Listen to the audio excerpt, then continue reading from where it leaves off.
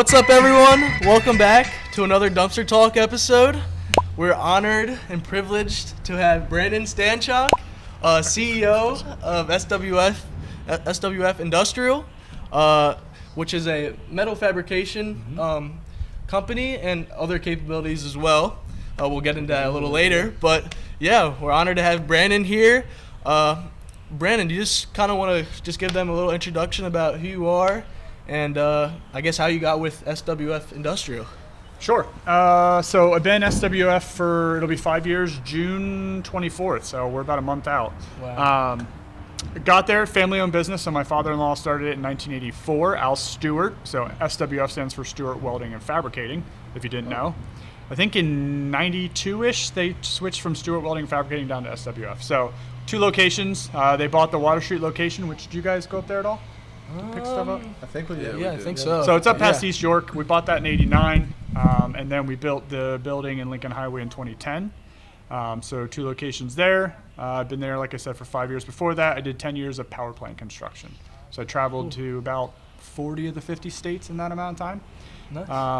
Yeah, that's about it. A lot of project management stuff during that time period. We've been waiting to get you on for a while. I know you and Dan are very close. Dan just loves you. I think you guys are in a peer group together? Yeah, leadership peer group. Yep. Yeah, I met Dan. It was only a little bit after I started here, and obviously you guys have been working with us forever. Yeah. So that's been great. But yeah, Dan's amazing. Yeah. Well, you guys are one of our great customers, and we're glad to have you on. Thanks for having me. We have to talk about. We have a little addition to the dumpster here. Yes. Brandon's the first one in, first episode with That is an amazing poster. Yeah, it's Like the lighting and everything. Like it turned out to be a really good picture. Yeah, it looks amazing. I heard it was on a magazine. Yep. Yeah. So that magazine was on at the registration for at ISRI, the convention in Nashville. So That's awesome. Kind of got our name out there and. So did you have any famous moments? Did people come up to you and go, The dumpster guys? Yeah, people definitely did recognize us a little bit more this year than they did previously, so it was kind of cool. I found during while people were talking to us, they thought they recognized us from somewhere, and then they look at the magazine and be like, "Oh, that makes sense." Is it weird? Yeah. It is a little weird because I don't know, we're not really used to that at all. Yeah, People we had recognizing a guy who us. stopped us from Arizona. I'm pretty sure that's where. Oh he yeah, was from Nashville. Instagram. Yeah. And he knew us. He stopped us, which was pretty weird because we're far away from Arizona, but it's cool to see. Do they have favorite episodes or favorite things you guys do, or just kind of the concept in general? Just the concept, That's I think, cool. in general. Yeah. Some people talk about this, and other people talk about we do a lot of short videos on TikTok or Instagram Reels or whatever. So it's just cool to see this stuff is kind of has Paying a purpose. It's paying off a little bit. Yeah. So when you started, I'm assuming you were going after education, right? Just getting it out there, recycling. Obviously, it's the fad, right? Yeah. Content creation's great, and so Getting some young people out there. Yeah, what did you start with, and what is that? I know I'm asking, a ton of questions. No, I'm just you're really all good. interested. What did that evolve into now? Have you moved the goalpost on what you guys expect? Don't you guys have videos of when you guys were in the Cross building? You guys made Yeah. We had I don't know. The first couple ones just definitely weren't as good. They weren't as. We're figuring out. Takes better. 100 videos, right? Yeah, we're figuring out better, high quality. We're becoming more, when I first started doing the podcast, I hated talking up here and stuff. So, getting more comfortable with it. It's just getting better all around, I would say. Okay. Yeah. At first, I would say we didn't really know what our niche was, I guess, of what we're what types of videos. It was pretty much all over the place of different, just random things we were doing. But now, for the short form videos, I would say we're more focused on just giving information to people and having answering their questions, what they would want to know, because that's what really it's all about. If you're making a video that they don't want to watch, then they're not going to watch it. So Sure. we'll just try to inform them of we do the metal market updates, different facts about metal. People another type we do is baling, people just seeing It's like an stuff in ASMR process. video, yeah, right? basically. Yeah. Stuff turned into the cube at the end. They really seeing that process, so we'll do that. And we also do this podcast, and Todd's been trying to get into the video game a little more. Todd, you want to try to describe what you've been trying to do lately? Well, I think all of us have Instagram here, and I would post on Instagram for my personal one once a year. So I just thought I had 1,000 followers at the time on there, so I just thought to make it into a work one and just post different Nice. stuff. I found that people who don't usually like my normal stuff, the scrap videos, which is nice. Just trying to get us out there Yeah. in front of new people. Any concerns with mixing personal and business? Yes, but I think it also kind of keeps you on like the right track, because like you really shouldn't be posting anything bad, regardless. So kind of just, I haven't really ran into that problem yet. It's hard to kind of balance. You don't want to make it about yourself, Sure. but you just have to find that like balance. I think. So speaking on that, what do you got? So I know you do a lot of content personally. I do, yeah. You're big into Star Wars. We were talking about your hat. Yeah. Big into video gaming. I am. And we also seen a review on your. He has a electric truck, Rivian. I do. Yeah. So we've seen that video. You did a review on that. Yes. Yeah, I have 3 kind of main channels I'm working on right now. One's around, I do a lot of traveling, both personal and for work. So I know before I go somewhere, or I go spend money somewhere, I like to know a lot about it. So I'm just trying to bring back feedback of places I've been that I want to give feedback to if you're going to go there, things to watch out for. I'm a very detailed person when I travel as well, so I notice things that are really annoying to me and things that aren't. So I try to bring that back, like simple things like, don't order this on the menu because it's ridiculously expensive versus that, stupid things like that. Yeah. And then one's around my electric truck because it's new, it's weird. There's a lot of weird stuff and anxiety about charging, where to go, where to find it, things like that. And the other one's just around gaming because I'm a huge gaming nerd, always have been playing since I was, since a Nintendo, that's how old I am. I think I got a Nintendo when I was 11 after I got my tonsils out. I remember specifically because I was like, my throat hurt so bad, and they handed me the Nintendo. I was like, yeah! You're saving grace. Yeah, everything suddenly got better. So, no, yeah, and then that's pretty much it. I enjoy it. It's a process, as you guys know, right? You think you have it figured out, and then you're like, Yeah. that one didn't land. Why didn't it land? Then you're diving in, so. Like you think you make like the best video ever, and like And it bombs. flops for no reason. It's like, what the heck? Yeah, but that's all part of the. I mean, I think that's what makes it really fun. Part of the process. That bird is loving this right now. It's like a wildlife sanctuary over here at Sods, but for sure, that's awesome though. Have you ever thought about like then, like making videos for SWF at all, or like trying to bring that like marketing initiative over there? Yeah, so as Dan's much? giving me a lot of crap about that. We're actually doing quite a bit of that in the summer. So we've been doing YouTube shorts just to kind of pull the curtain back on metal fabrication. We're gonna dive more into the what it looks like, try to answer the questions. I think the 15 to 22-year-olds. Yeah. Welding's kind of coming back. I feel like working with your hands, going into the trades is coming back, which is good because we need tons of people. So as that evolves, I think people just want to know that it's not a dungeon. Yeah. Like it's high tech. We have great benefits. Everybody gets vacation. It's clean. Within reason, obviously for the industry, but like safety is a high priority. You can learn tons of stuff. So, Yeah. Can you kind of describe for like the people that may not know, like what is metal fabrication? Like what are you guys basically doing over there? Yeah, so what I will tell everyone is I'm probably the least mechanically inclined person sitting at this table. So they let me hold the dumb end of the tape measure all the time. So just so you know that. Essentially, we take raw materials, either that in sheets or beams or channel, whatever, and we make something. So we'll have a customer, if you can't buy it out of a magazine, we pretty much build it out of metal. So we'll have customers that come in that have this problem, and then we create that solution, whether it be stairs, platforms, mezzanines, cyclones, anything in the food, pharma, beverage. We do tons of that, tons of stainless piping. We do, our call to fame is like if you've eaten a Twizzler in the last 30 years, it's gone through something that we've built. Wow. So yeah, so That's lots awesome. of food stuff. Yeah. Like you were mentioning, like showing like younger guys that are gonna come into a career like that. It's not a dungeon. Like that was one thing that we tried to like not a lot of scrapyards are really making like the content that we're making. So it kind of puts like shines a brighter light on it.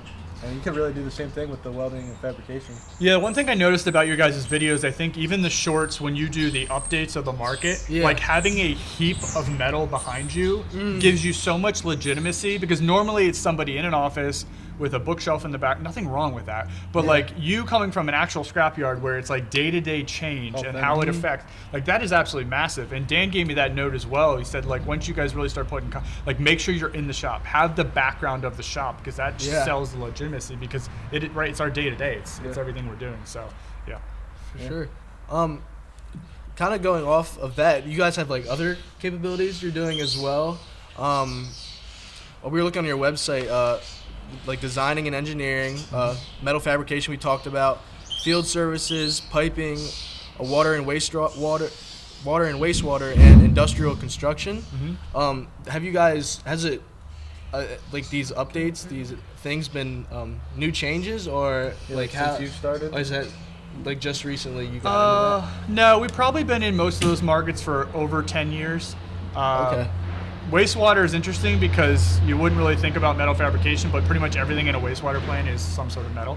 Yeah. So processing it to, obviously all of our waste. So that's a huge market for us. Industrial services, we've been doing install, I think, since the inception of the company as well. So not only do we build things, we can also put them in at the places. If they buy equipment from either the U.S. or overseas, we install that. Rigging, piping's obviously a huge one as well for a lot of process piping. So yeah, all that they've been, SWS been doing that stuff since, late 80s, early 90s. Wow, that's awesome. Were you like going off before? Did you what did you kind of plan out of high school, or I don't know if you went to college? Did you see yourself working at a welding fabrication or what? No, dude, that's such a funny subject. So I'm a biology major. So I went to 4 years of biology. I wanted to be an eye doctor originally. Did my 4 years of biology. So just so anybody out there who is unsure or think that they have it all figured out, don't worry, even if you don't, because it changes pretty rapidly. So got through that. I did a whole summer of interning at an eye doctor at an office, and realized that it was not for me. Whether it was just the work, a little bit of the general public, the suit, the dress up every day, all of that just doesn't fit me at all. And I didn't realize that probably going through school. I just saw science. I knew medical field's obviously always hot, needing people. So I kind of leaned towards that. I always loved science. I did well in college, but it didn't trigger like what internally I love. So after school, I really had no idea what I was going to do. Moved back home, played video games for like 6 months in my parents' basement, did the true gamer life, right, for 6 straight months. Yes. Oh my God. I remember my dad every day would be like, how many resumes did you send out? And I'd be like 10. Like I could do them in like, an hour because the internet allows you to do that. Yeah. Yeah, it was one of the greatest 6 months of my life was just playing video games 13 hours a day. But What's your favorite game? of all time, I don't know, I'll have to come back to that. What do you think you were playing during those 6 months? Oh, Call of Duty. Call of 13 hours a Duty? day. Yeah. Wow. Do you remember what COD it was or no? Modern Warfare 2.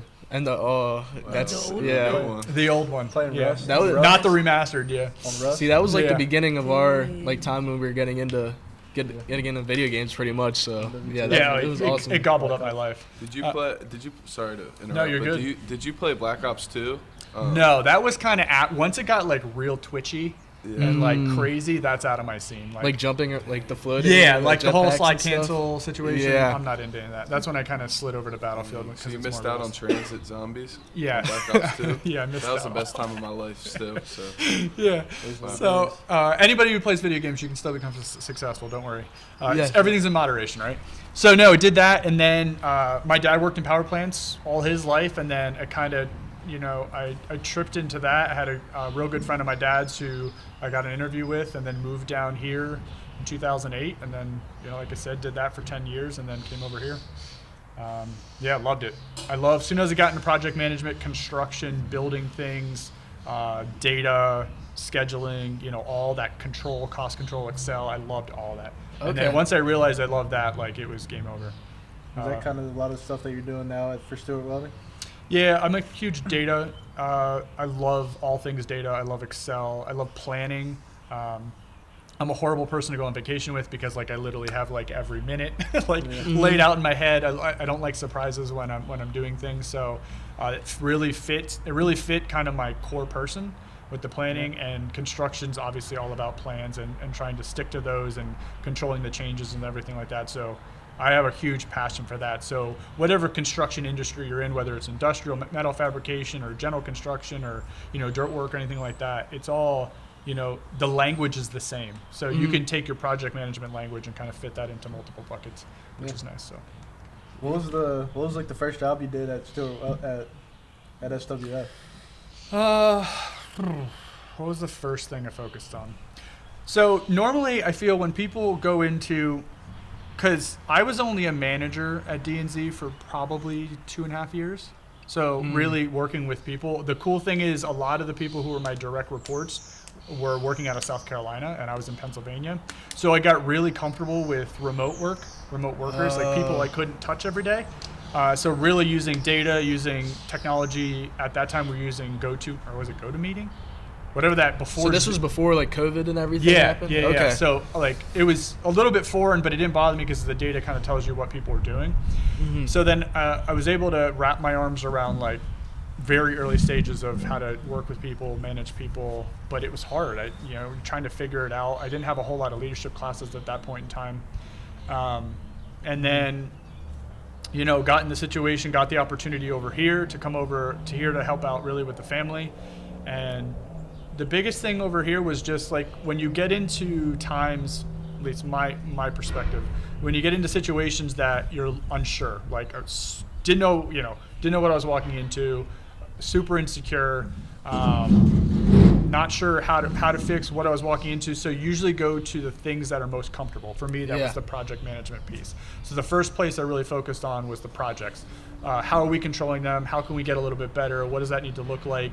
And just kind of walking my way through that, getting that in a good feel, and then kind of just working through the next couple things. The president of my last company he gave me the best advice because he knew my personality before I left, and I was super nervous.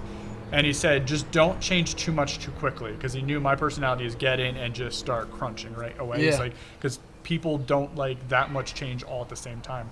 And it was really good advice because I was able to kind of step my way through. Obviously the group was amazing. I walked into such a great team and they were running things. So really these were just minor tweaks of some things that we could have done a little bit better, but it was just kind of finding my feet. I didn't know, I wouldn't say I went in and really changed a whole lot. It was really just finding where my place was and where I fit into the whole ecosystem, because they were just crushing it anyway. So.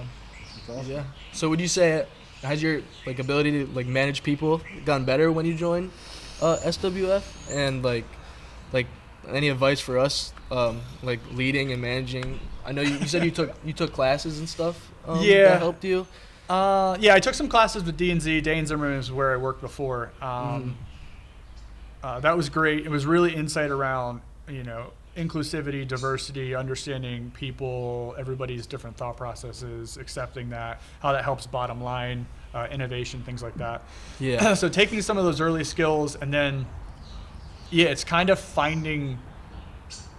It's weird, man. It's anybody who says they have a book that probably figured it out is probably not true, because it's so complex. I think of it as like this giant spider web. If you take spider webs and you place them on top of each other, like that's what all of us are trying to do with these companies. Yeah. And it's just so intricate, and every time you think you have it figured out, you probably don't. One size doesn't fit all. One solution doesn't fit the next problem, because it's all so different, and we're so complicated. And it's the lives outside of work that really make it complicated, right? So you and I could be good today, and tomorrow you could come in and something happened at home that I don't know about, but we're not good anymore, and I have no idea why. Yeah. Right. And that's us. And you think it's like you're the one that caused that problem, right? Maybe. And that's why the open-mindedness and just trying to really be okay with people being in their space and being flexible, I think, is the real key there. It's hard. It's difficult. Managing's hard. It really is. It really is. So biggest key is just try to be open-minded, be flexible, know you're going to learn something. I know Dan's really good with you guys with that.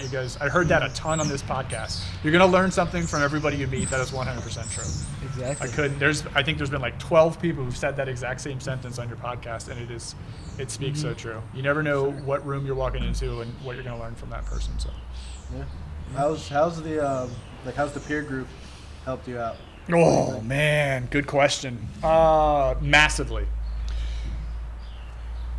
I think big pieces of that would be perspective. You can get really wrapped in your own head when you're going through situations, or things in the company maybe aren't going as well as you think they should, or whatever that looks like. And if you go to your peer group, and whether you either process that issue or you just get a perspective of someone else's situation that could be worse than your situation, it allows you to put things in perspective and kind of back away and give yourself some grace, because you can really get wrapped around the axle about things that may not be that significant. So the perspective is huge. The issue processing, just having people to talk to about stuff, that's why your guys' group and being able to communicate with each other, having, people like Mike and Dan to lean on, it's massive. And I think with any company, you're really going to need that because you never know what problems are going to have to get solved and what's coming down the pipeline. So as long as everybody feels open and honest to bring things up, I think the key to innovation, I feel, is one of those things that's really not actionable. Like, I can't tell you, I don't want you doing anything else today but innovating. Like, just do that. Yeah. I don't think you can actually task someone with doing that. I think it's like a natural thing that happens when people feel comfortable. A problem comes down the pipeline, and then because everyone feels good with just tossing things out, right? Because you don't feel like, okay, if I throw this out, they're all going to just sit here and laugh because they're going to think I'm an idiot. If you don't have that feeling and you're like, I'm going to toss this out, they're going to smack it around, and they're going to come up with something that's going to be worthwhile in the end. That's why I think innovation really comes from like a good, healthy culture, diversity of thought, inclusion, making sure that you feel comfortable just throwing things out there that may be dumb, but that may turn into something else. So, yeah, that's all really important. And how do you like go around like about finding the right people to like have those talks with and like be able to bounce all the ideas off them and stuff?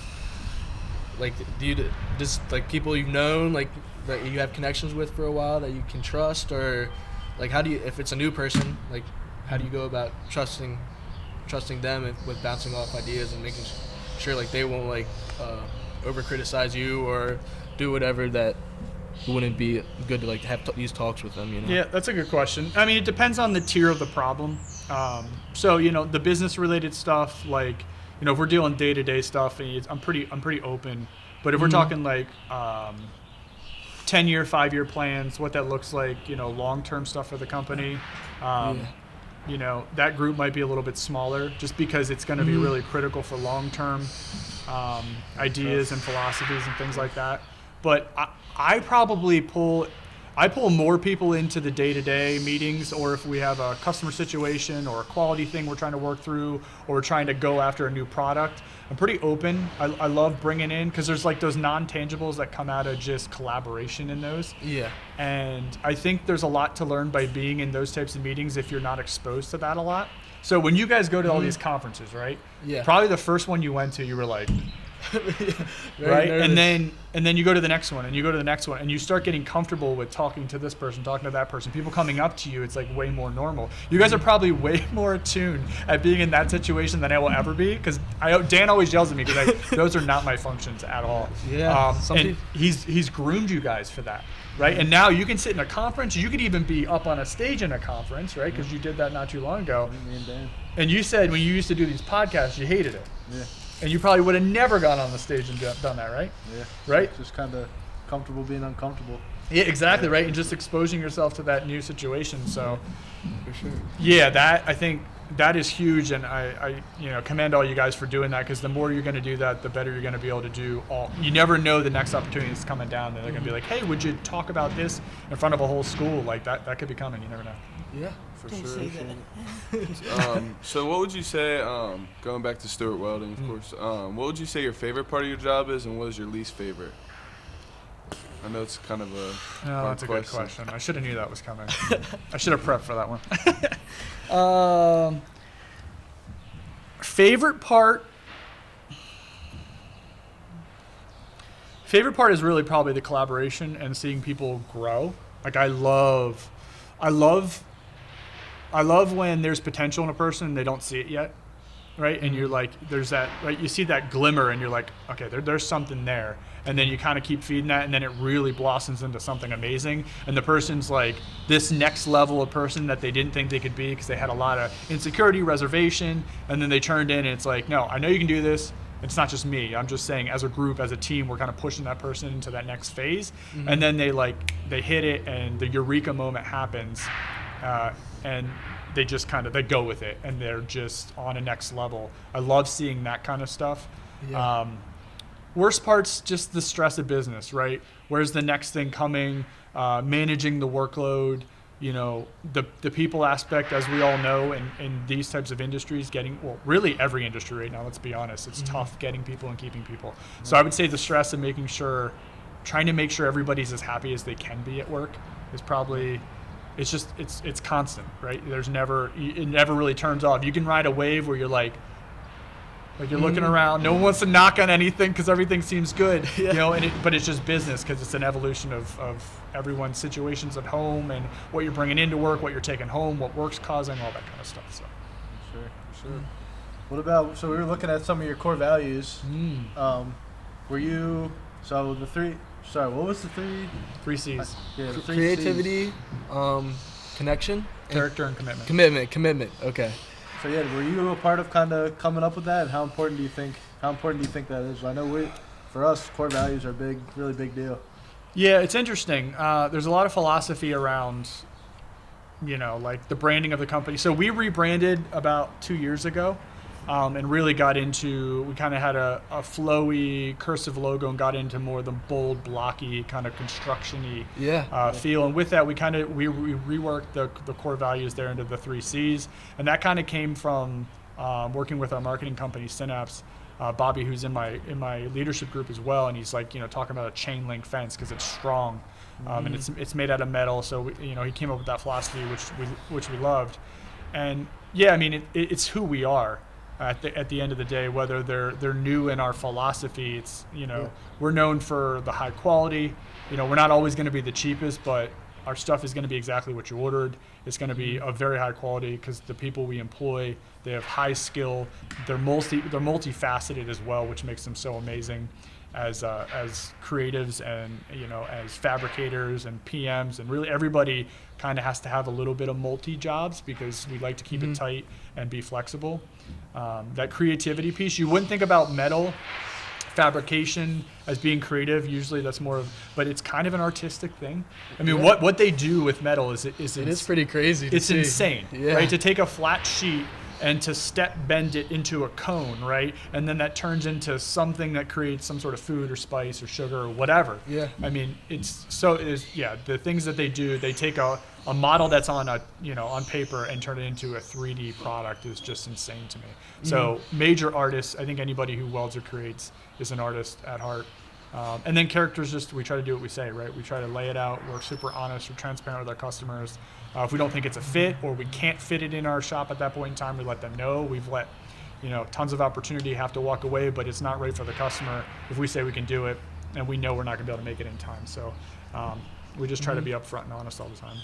I'm sure it's really satisfying seeing you see all the guys in the shop working, welding, doing everything they got to do. And then you see guys and gals now.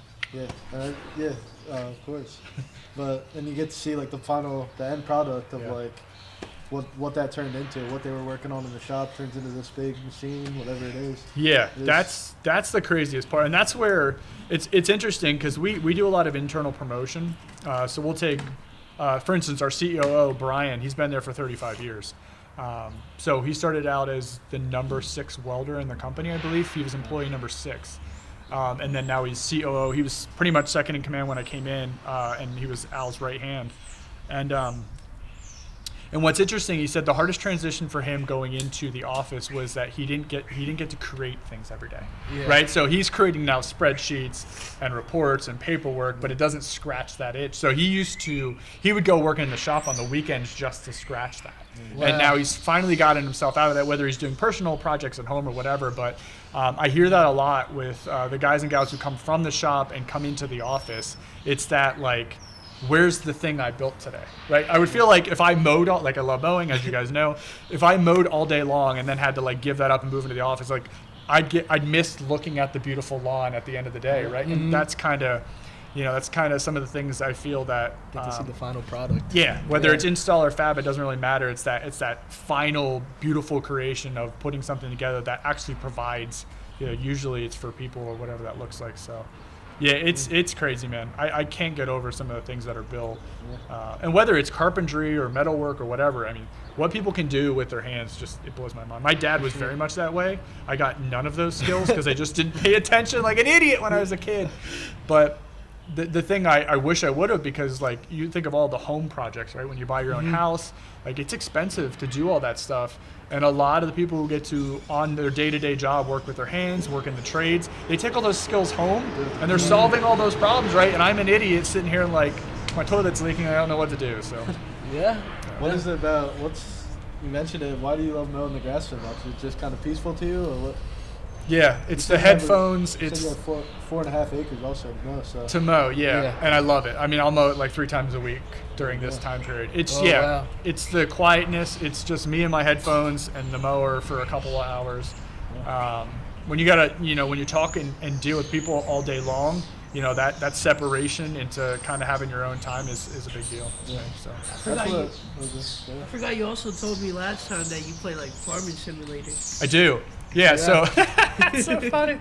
So I joke with people at work because I'll like mow my grass for 2.5 hours, then I'll go I'll mow virtual grass for like another hour, right? Or like tend to my corn or crops or whatever. Yeah. No, Farming Simulator is amazing. If you've never played it, it is so relaxing. It is pretty Do you, fun. do you think you could ever like maybe do like a farm or have a farm? No, because I can't fix anything, right? If anything broke down, I'd be screwed because I literally can't fix anything. But Yeah. it's the concept in my mind of like, I love like when I'm going down the highway and I see like a huge combine on the back of a tractor trailer, right? Like that stuff's crazy to me. Just the evolution of farming, the robotics that's coming into it now, where they're setting like combines with GPS and they're just going right out in the Midwest. That stuff's fascinating to me. But. Do you think like kind of bring that to like the metals industry? Do you think like automation and advanced technology? What do you think that's kind of going to look like in like a couple of years from now? It's interesting. We've tested out the hours a couple times. We've had a couple robotics companies. Obviously, robotic welding is getting better and better, and we're still a couple hours off, a couple hundred hours off be able, because our application is so custom, right? So if you're making the same thing all the time, automation fits perfectly. Yeah. Our customers call and say, I got a space this big and I want to fit this thing in it. How does it go in? They need specific like. Right. So stuff. until a lot of these, so far, most of the robotics are around weldments, right? When you set something in, it does its job. You set the next thing in, it does its job. Yeah. And it'll recalibrate. It's starting to do really nice scans and everything now, but a lot of our stuff is large. Okay. And the booths just aren't there yet. I'm not saying it won't be. Like, we have a robotic plasma cutter now where Oh. it brings in beams and it'll cut them, where that used to be like a mag drill and setting out all the holes and doing all that torch Oh, cutting yeah. used to take some of our highest fabricators, 3-4 hours to do all that layout. Now the robot, we just send our drawing to the robot. Kenny runs it, and he runs it all day long, and it just spits out exactly. So it'll put Wow. even etch marks of where the center lines of the beams are.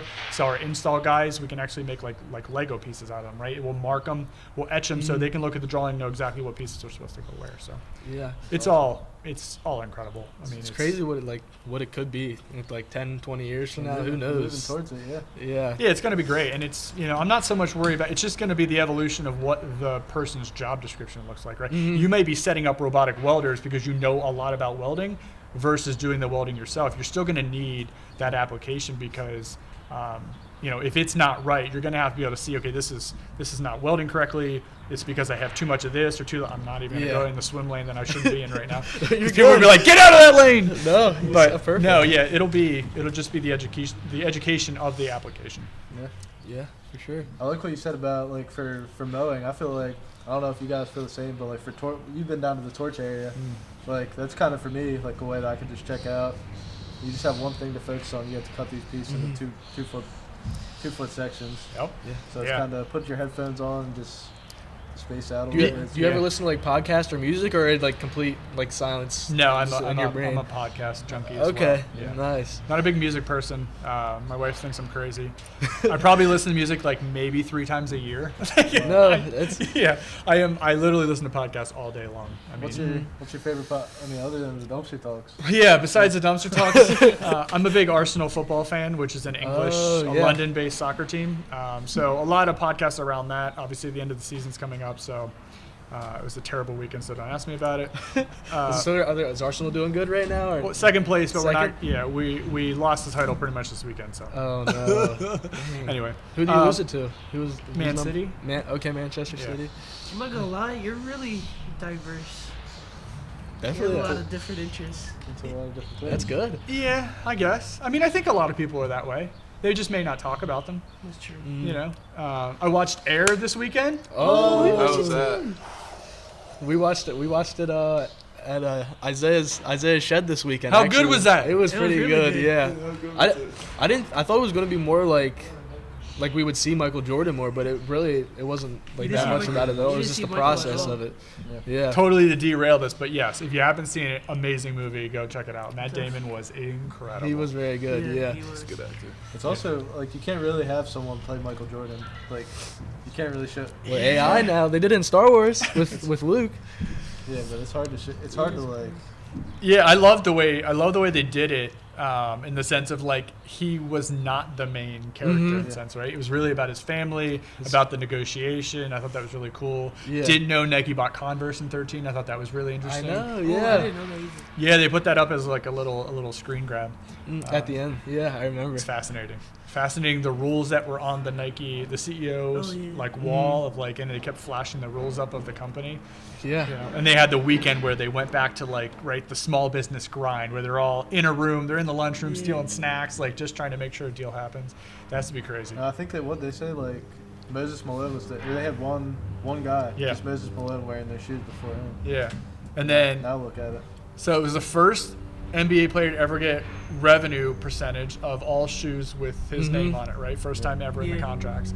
And then that first year they sold what 124 million I think worth so. of, worth of shoes, They were and then saying, now like- it's like 3 billion or something like that. It's insane. Crazy. I mean, you think about it, Air Jordans are like a currency, right? Yeah. Like there's a whole side market. Yeah, about all that. I just just gave made him a purchase. $200 yesterday. Hey, let's go. If you're watching this, Michael Jordan, send us some free shoes. Sponsor us. Exactly. Spend a lot of money with you. But you never know, I guess. And I mean, the foresight of Jordan's mother, if that's the way it actually happened, was incredible. I mean, just incredible. What a I need to genius. watch it. For sure. It's very good. Yeah, Yeah, that's true. master What can you watch negotiator it she on? was. It's on Prime for free. Oh, Prime for free. I like free. Yeah. Cool. $3.99.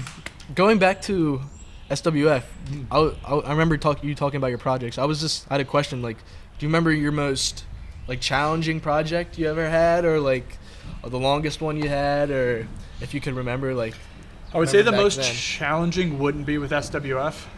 It was probably with my previous employer. I spent a lot of Okay. time in Kansas. If you ever been there, I've never been to Kansas. it's I'll leave it at that. Someday though. There's a lot of nothing for a lot of Okay. hours, so it's just a long drive.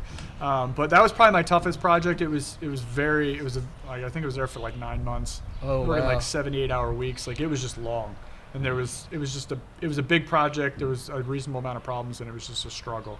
And when you go through that kind of stuff, like it's never the good projects you remember. It's always the really tough ones that you learn a lot from. Yeah. That usually carry with you. So I remember that vividly. Like I couldn't tell you literally a lick about like the best project I've ever had from that time period. But since I've been to SWF, we've had a ton of like ones, especially I would say ones that we went into a venture that was a bit new for us. Okay. So maybe it was a new welding procedure, or we've never done this type of application before, or we've never built like a 72-inch diameter, pipe. Like that's really cool because Yeah. you can just present the problem, and then the shop kind of takes it and takes best practices and does mock-ups and tries to figure it out, and then finds a solution, and then we just start running. And we get to the end of the job, we track it through the whole way, and it goes well. And then they're just like, you can see the level just raise of like, okay, now we can do this. Yeah. Okay, now we can do this, right? That's going back to even on an individual level, but as a company, when you get over that hurdle of like something you've never tried before, and it's like, okay, like we can almost figure everything out, Yeah. right? We just take all of our individual skills and apply it to this one problem, and it was awesome. I love that kind of stuff. We've done that quite a bit of just trying new stuff.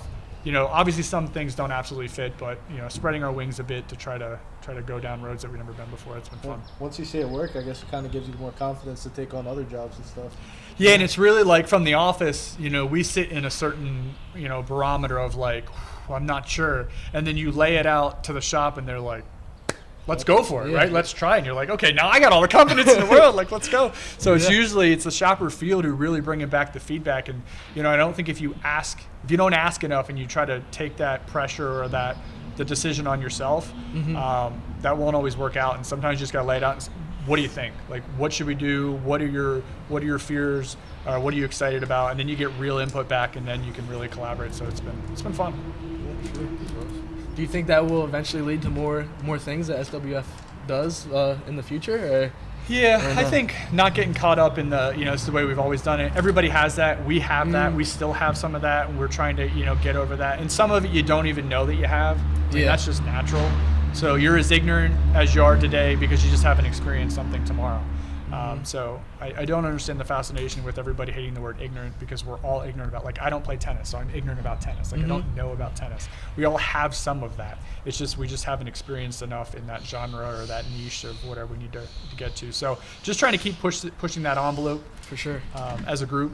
And once again, making sure everybody feels comfortable to be like, you know what, I feel like we should go for it. And then it just starts the conversation of, okay, why do you feel that way? And then you usually lead down the road of new things. So. Yeah. That's awesome. Kind of. Go ahead. No, you go. Going like off topic a little bit. Unless you want to stay on the stuff No, about the you company. go. Well, just like you said, your wife and then your father-in-law was who started the company. How do you kind of? So you have your wife. I don't know if you have any children at all. How do you kind of balance off like family time and like personal life between work life? And you have any advice for that? Yeah, that balance is always tough. Especially, like, I mostly see it, I'm terrible with it when I'm stressed. Because normally that's when I would, like, You're thinking about work outside of work. well, not only that, but I'll kind of hermit up, right? Like, I'll take that all in myself and I'll be a bit more standoffish, which I shouldn't be, right? Because, like, sometimes it just makes you feel so much better when you just, like, bleh, like, you just let it all out. So I notice that I do that, especially when I'm stressed, when I really should just be leaning on other people way more, and I'm trying to work on that all the time, whether that's either with my wife or with my peer group or people at work, like just trying to get out of my own head sometimes. And that's when I go back to that perspective thing. Like, I'm in my own head, then I go to my peer group and I'm like, oh, like, what am I worried? Like, people have already been down this road. What am I so worried about? And so, yeah, I try to do that. That's I feel my biggest struggle with that balance is really when I'm stressed. When I'm not stressed and things are going well, like, I'm pretty good at seeing the world the way I should be seeing it. It's mostly when the stress comes in and I'm like, I go in a bubble and I can't. Sometimes it's hard to get out of that. So That makes a lot of sense. I was getting ready to join a peer group with E-Town. Yep. I just interviewed for it last month. I have one more person that needs to accept me, and then I'll be in it. I start June 20th is my first meeting. The morning after my 21st birthday. Hey! So, 8 a.m. sharp. Guess you're not going out. Nope. Are you nervous about anything? No. Most of the stuff I'm worried, not anything like I have control of, just like more on like the business end, like the numbers and stuff. That kind of, I'm nervous about that a little bit. But other than that, I'm pretty excited about it. I know it's going to be a good opportunity for me. And also, I'm the third Tuesday of each month, and Michael's the first week, and Eileen's the second. So I'll be going like last of each month. So that'll help me out. I'm just happy for the opportunity. They don't take too many young people, so I think the other youngest person's 35. And yeah, man, gobble all of that up that you can. It is such a huge difference in just things you'll get exposed to, other situations that other people are dealing with, things that you'll be able to process yourself. I mean, you're in the key group, right? Yeah, so I'm in the Vistage group. We have a meeting Thursday, and like I would say the same thing that you said. Like, it's like become like a highlight of my month, really.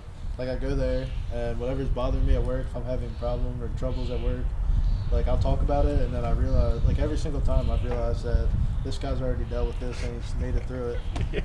And it's like not that big of a What were you most nervous about going in, or if you were? I guess kind of just being the young guy and feeling like I have anything to really add to it. How quickly did that dissolve? Everyone was probably waiting for your input, right? Yeah. They definitely make sure to tell me every time that I'm like a big part of the group. Yeah. I don't know. It's just kind of like you become close with the people, like really close with the people. Agreed. Yeah. It's like it is. It's like a community pretty quickly. Yeah. I mean, because you're kind of laying stuff out there, right? Yeah. Which there's a confidence in there that doesn't leave the room, so you get to really grind into things that are super. And there's not many times in life that you find groups like that where you can really process stuff that's digging at you. So no, I love it. Yeah, I'm with you. I think it's incredible. Also, like AR, like she's our she's like the Vistage chair for our group, and like she helped us a little bit with some business development here, try to help us figure out our core values and just different stuff. And like she's the best person. So she's the best chair. Yeah, having her as our chair is like ease. It kind of made me feel at ease a little bit. No, I 100% agree. AR's amazing. The challenging, but not being intrusive. Somehow she has this knack of knowing how to push you for where you need to be. She's JR is definitely great. Props to AR. Shout out. Shout out AR. So let me ask some questions, because your age group is a hot topic, right, of lately, and Yeah. I've been to a couple breakfasts and things like that where it's, why don't kids just want to work these days, right? Yeah, we don't want to work. Yeah. So let's talk a little bit about that. So what does work look like for you now? Like, what is important? So when you're coming here, what are you looking for out of your day? I could touch on that. Just having like a purpose or something to work towards. Okay. I feel like a lot of kids, well, I'm speaking for a lot of kids our age, they like to work, but they don't like say they'll get a job and they're just doing the same stuff every day. Like their bosses aren't looking for them to grow necessarily. I know a lot of places don't, like Dan trains us to replace him, which a lot of people are scared of, like the competition. Like they don't want to train people to replace them, but who's going to replace you at the end of the day? Like I feel like that's a big problem. But no, young kids just want to work. They just need to have like something to work towards, I think. And also, like, we hear it all the time at, like, we'll be at events, and, like, the speaker will be like, yeah, all these young kids don't want to work. And we're just like... And you're, like, in the audience, like... We're here. We're here. Yeah. But, yeah, I think it's a lot has to do with, like, how the company sets it up. Like, we're really lucky to have Michael and Dan. Yep. And, like, for us, there's, like, a bunch of stuff, like, throughout the day that we're... Like, we all have different responsibilities. Like, Carrie and Isaiah are more into the marketing, and Todd, too, now. And he works with a lot of the brokers, like selling metal out of here. Me and Gil are more in the, like, a lot in the process, going around, making sure the operation's running good, putting ourselves in it.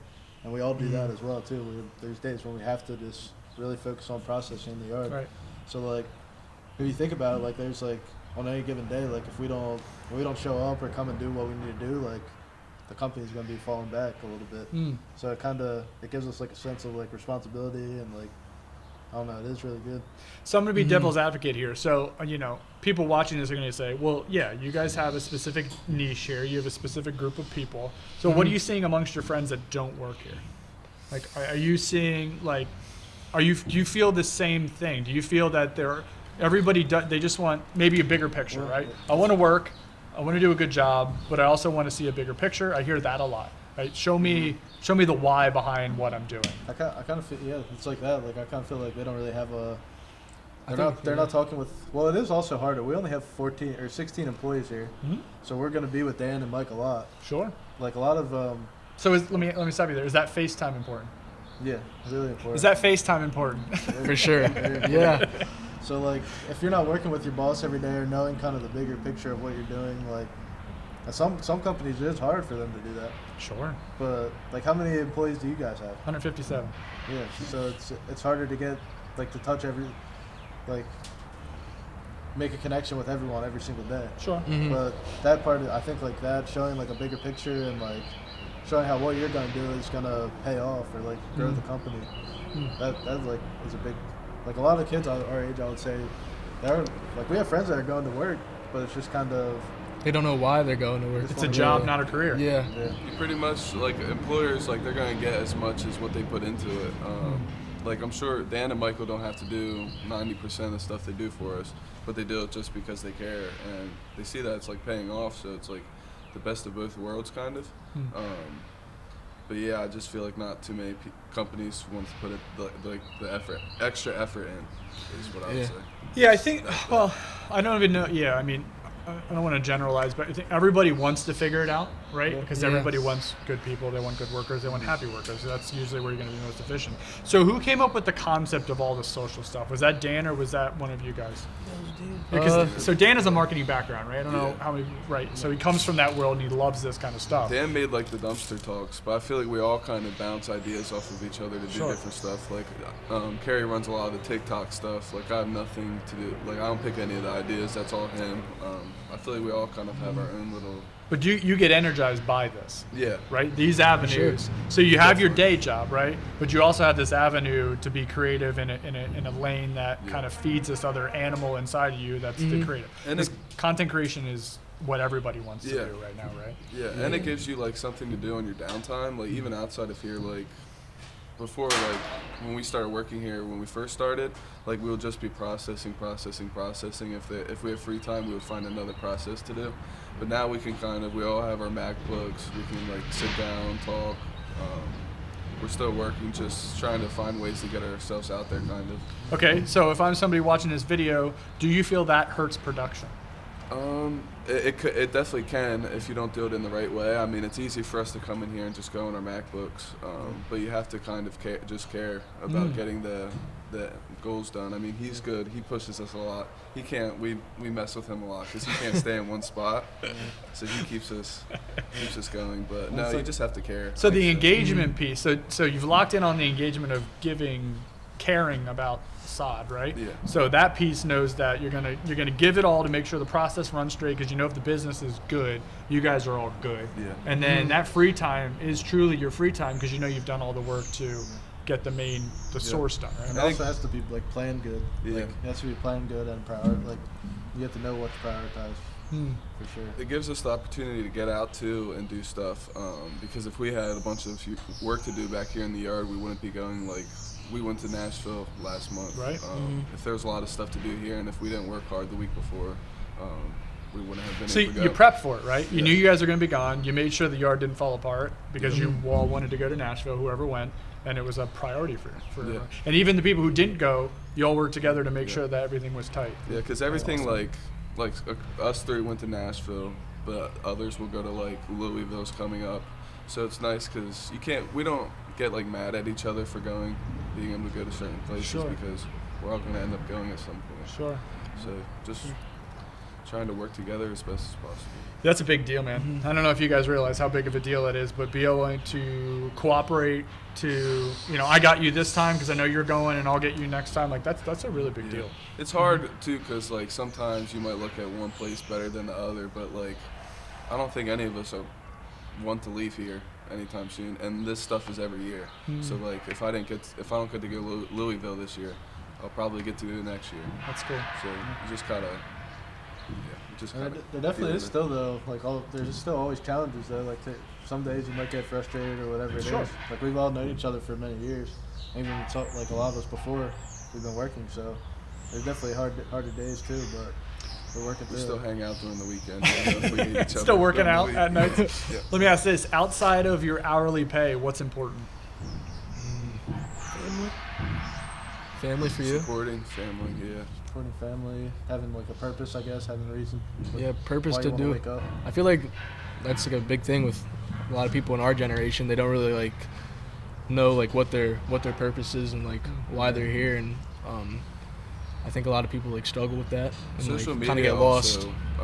also plays a big factor into that, I think, because you could be working at McDonald's and go on your phone and see someone on a yacht on Instagram and be like, oh, how can I do Yeah, this? And it they're kinda comparing can- themselves Yeah. to like what they There's see. a lot of people on Instagram, they'll post like everything they post is like the happiest moments of their lives. The white picket fence. So they don't, they don't post like the bad stuff as well. So I know that could definitely probably play a big factor into young people's minds. Anything around, and this is really for me, anything around benefits, 401ks, anything in the business side of things that you look for outside of just your hourly pay? Like, is there anything that really piques your interest right now as you're coming up through the work?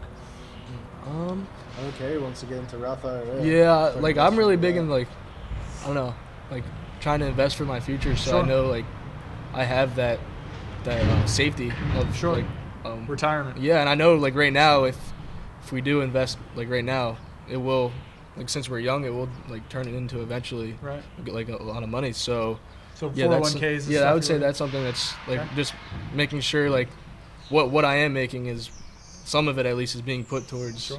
towards the future. Okay. So I'm not like I don't screw myself over basically. Health insurance is big too because yeah. I know that's getting very expensive. Yeah, it's So stuff that really probably doesn't affect you too Yeah. much at a younger age, but obviously as you get older, it may affect you more. Okay. Also dental probably. I don't Ooh, know. look at you, baller! Nice. I don't know. Well, I care about my teeth a lot, and it's expensive. And It sure is. Yeah, so I think dental insurance is pretty Okay. important. I don't know about a lot of this stuff. It sucks because like in school, I'm not saying school's bad, but they don't teach you a lot. Caveat. The school's great, but a lot of the stuff you need to know, they don't teach you. Like, I don't know how to do my taxes. I don't know, like, how to sign up for dental insurance and get that stuff. But yeah, just want to throw that in there a little bit. And then all the other stuff you guys are probably getting, right? Like the trips and going to these things. Our phones. I don't know. I think everyone here, they bought us phones. Wow, that's amazing. They pay for our phone, which is nice. Probably because you use them a lot during the day. Yeah, Unless you use the Motorola's. Yeah, and even outside of work, we're always on LinkedIn, still doing stuff. Yep. So that's nice. Yeah, you guys have a pretty good LinkedIn game. Thank you. We're trying to get that Todd's up. Todd's probably the best one. He got a big following. Dude, LinkedIn's like an untath market for a lot of people. I try to tell like even young, like a lot of the young kids I talk to in high school, like if they even know like Ethan who just started working here, make a LinkedIn because it is literally free. Yes. And it's a resume, and you'll have so many people messaging you. Yes. Like to just work. Yeah. It's the first thing I tell every high school or college I go to is that if you don't have a LinkedIn profile, like if you've never had a job, there's like no, we can't call your parents and ask you how kind of person. Like put whether you're in extracurricular activities, whether you have any awards at school, like put it all on there because at least gives you something to start with. Yeah, and people look at that stuff. Like Heck I have people like. I have a lot of views like a day, just people looking at my profile. I don't know what they're looking at me for, but it's not. Because you're young and on LinkedIn. Yeah, exactly. Yeah. But no, I think it's because I was at school from what was that, like September of 2020 to May of 2021. So all I had was really LinkedIn. So Dan gave me a list of like 1,000 companies or a couple hundred companies to follow. So I followed them and just started building it up, and it's fun. Like, Yeah. It's fun just seeing like the little different things you can add to people, like get more people engaging. Like Yeah, and I would say it's an easier return than a lot of the other social media platforms because it's not as saturated, right? And once again, I think it's an untapped. It's almost like the Wild West right now because it's trying to figure out what it's going to be when it grows up. So it is it's easier to grow, I feel, on LinkedIn than it. Yeah, and I found like when I'm talking to some people at events, like they know me, they just recognize me off of LinkedIn, which sometimes I don't remember connecting with them, which maybe isn't good, but I'm connected with them. So. Do you ever not connect with someone? I always ask people this. I will always connect with people. Yeah, same. Because like you can like some of the messages get annoying, but you can ignore them. Like I'd rather just like. It's just people trying to do, they're out there trying to do the thing, right? Yeah, I can't hate on it. And they may like your next post, so who cares? Yeah, I connect with everyone. Yeah, I'm the same. I think you have a lot of connections, actually. Yeah, you're getting pretty big on the 15,000? LinkedIn game as well, Brandon. Trying to hit 5,000. It's interesting. It's really mine's just I'm trying to get exposure for myself and personal brand and the company because they kind of all go. That's what's so great about it is the work and your personal brand can benefit all at the same time. Yeah, sure. Because on all the other platforms you can keep them completely separate and they'll never really have a connection. Where LinkedIn, it's okay to connect those two and it's kind of a safe space for that. Yeah. And it doesn't make you feel bad for trying to, because I connect with, I'll be honest, I connect with random people in our area because you never know who those people might know. Or what they're gonna need. Absolutely. And the likes don't matter. Like I like getting a good amount of likes, but I don't care if I get like 4 likes as long as I get like. Our goal is like me and Carrie always look at it to get 1 million impressions. So I'm a quarter of the way there finally. Yeah. Dang, so nice. We're getting there. Nice. What do you think is the hardest thing about creating content? I think, well, for me, it's definitely like, I think each platform has like certain things that they they really It's like. on formula. Yeah. So, I guess like learning like each platform and knowing like what types of content to post on there, like TikTok is really, I don't know, you have to find what your niche is and like just basically keep posting that sort of content over and over again. And like I know like for YouTube Shorts, the videos like where we're baling metal or like processing metal, that YouTube Shorts really like that type of stuff. Yeah. So just kind of for me it would be learning like what each thing you should post. Like LinkedIn's more professional stuff.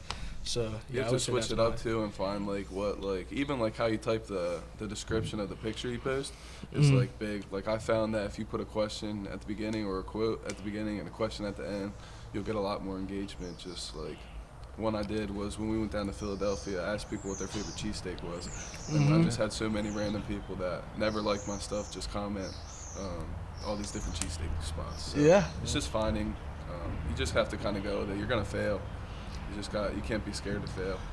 That's a huge one, right? Just I think gotta keep people, going. they throw it out there. A lot of people are nervous. They throw out that first video, that first post. It doesn't do anything because they never do at the beginning, right? Until you figure it out. Yeah. Or you get super lucky and it explodes and then the next Yeah. one's terrible, Yeah. which is sometimes even worse. Yeah.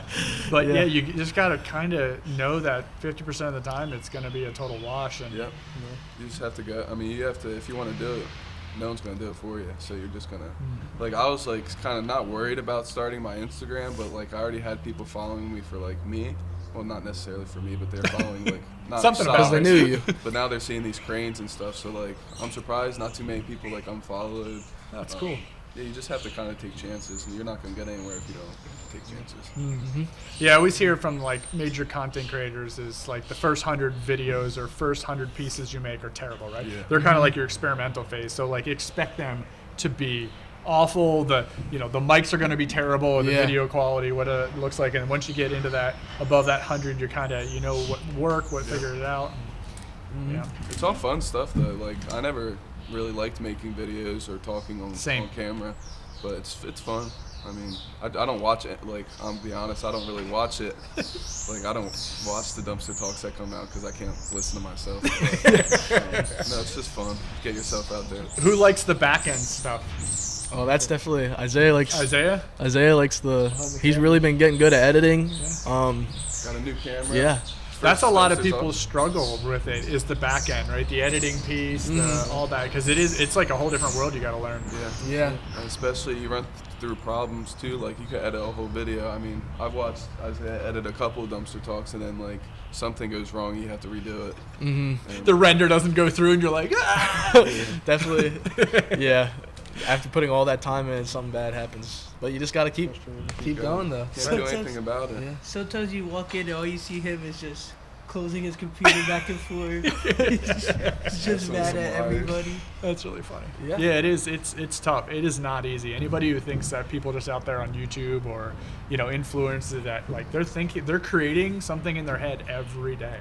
Mm-hmm. That They're like being watched by thousands of people that they don't know.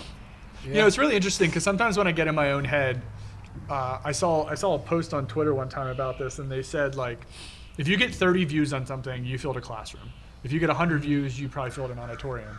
If you get 1,000 views, you filled like a small stadium or a small venue, right? And 100,000 views, like you filled like a huge football stadium. If you think about that, like when you put it in perspective, an actual physical place, because you're always comparing your stuff against someone else's, right? And you're like, oh, I didn't do that well. But 100,000 people that's crazy. Yeah.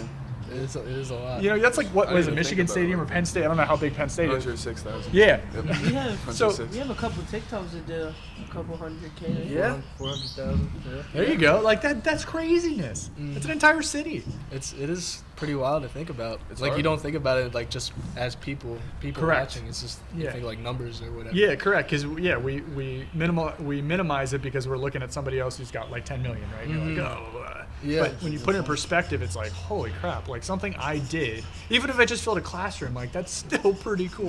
Yeah. That's a good way to think about it, actually. It blew my mind when I saw it, and I was like, okay, I'm out of my own head now. Like I can put this aside, and I'm just on to the next one. Really good point. Yeah. For sure. I like So that point. Brandon, like, you have any plans? Like 10 years from now, do you see yourself? Where do you see yourself? I mean, and like, how do you think the future looks for you?